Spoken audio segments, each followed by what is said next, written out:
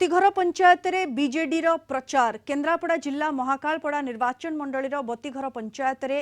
मां मनसा पूजार्चना करी प्रचार आरंभ करिसेंती बीजेडी रो विधायक प्रार्थी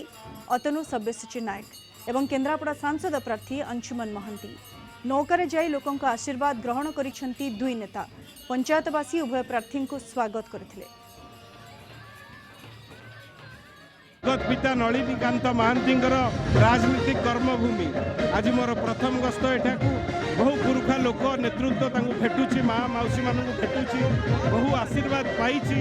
एवं जो सुजोग माननीय मुख्यमंत्री मत प्रदान करछंती एठी नेतृत्व नवाई सांसदीय क्षेत्र आज आम एठी आसी पहुँचलु माँ मनसा देवी दर्शन करूँ बहुत आनंदर विषय आज समस्ते एठी आसिक सामिल होती माँ मनसा देवी आशीर्वाद नहीं आम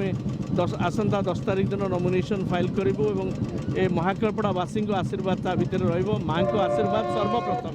से आज बतीघर आम समस्ते आसी अंशुमन महांती आमर विजु जनता दल सांसद प्रार्थी।